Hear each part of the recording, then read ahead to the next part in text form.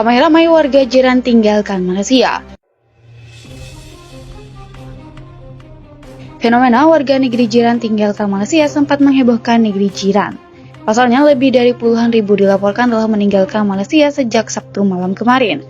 Awalnya data imigrasi kelas 1 khusus tempat pemeriksaan imigrasi Bandar Udara Internasional Kuala Lumpur mencatat sekitar 16.790 warga keluar melalui bandara tersebut. Namun angka ini semakin bertambah banyak pada Sabtu malam. Data bandara per 9 April mencatat setidaknya ada 61.000 warga meninggalkan Malaysia. Dari total keseluruhan, setidaknya ada 10 besar negara yang warganya banyak meninggalkan Malaysia, yakni Jepang, Cina, Korea Selatan, Amerika Serikat, Perancis, Rusia, Inggris, India, Jerman, Arab Saudi, Belanda, serta warga negara Indonesia. Selain itu, warga dari negara tetangga RI juga tercatat melakukan eksodus seperti Filipina, Thailand, hingga Singapura.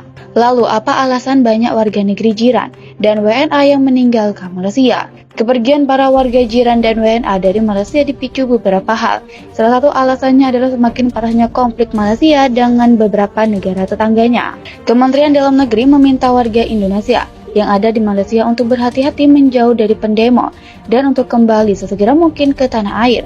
Sedangkan sebanyak 600 TKI di perkebunan kelapa sawit di Sabah, Malaysia diungsikan menyusul konflik negara bagian tersebut dengan Filipina dan juga dengan Indonesia.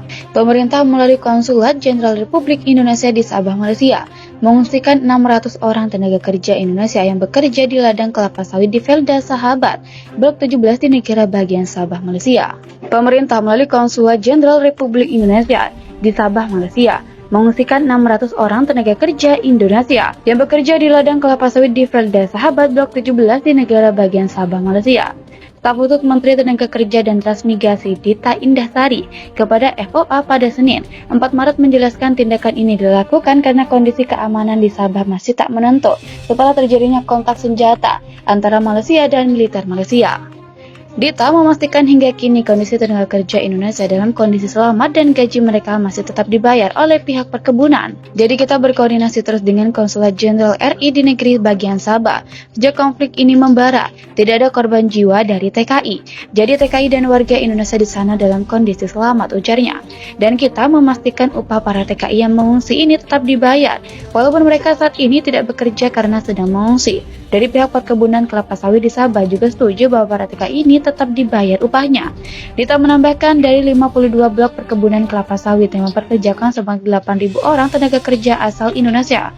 Blok 17 adalah wilayah yang paling rawan. Ia mengatakan Kementerian Tenaga Kerja dan Transmigrasi juga telah berkoordinasi dengan Komando Daerah Militer 4 karena mempunyai kewenangan menjaga wilayah utara Kalimantan Timur yang berbatasan langsung dengan negara bagian Sabah dan sebagian kecil Sarawak, termasuk di sebelah timur laut perairan Kalimantan Timur yang berlokasi tidak jauh dengan Laut Sulu dan batas laut Filipina.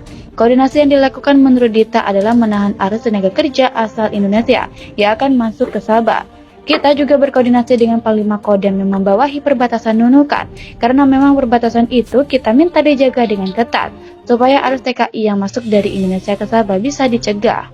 Jangan sampai dalam situasi begini orang kita masuk ke Sabah, jadi kita minta ke Pangdam agar menjaga ketat wilayah itu khususnya jalan-jalan pintas, yang sering menjadi jalur TKI ilegal ke Malaysia, ujarnya. Proses pengungsian para TKI ini menurut Dita adalah kerjasama antara pihak Konsulat Jenderal RI di Sabah dengan pemerintah Malaysia. Kepolisian Malaysia, ujarnya, juga sangat membantu seputar lokasi pengungsian dan pengamanan para pengungsi. Sementara itu, Wakil Ketua Komisi 1 Dewan Perwakilan Rakyat mengatakan pihaknya telah meminta kepada Kementerian Luar Negeri jika membutuhkan tambahan.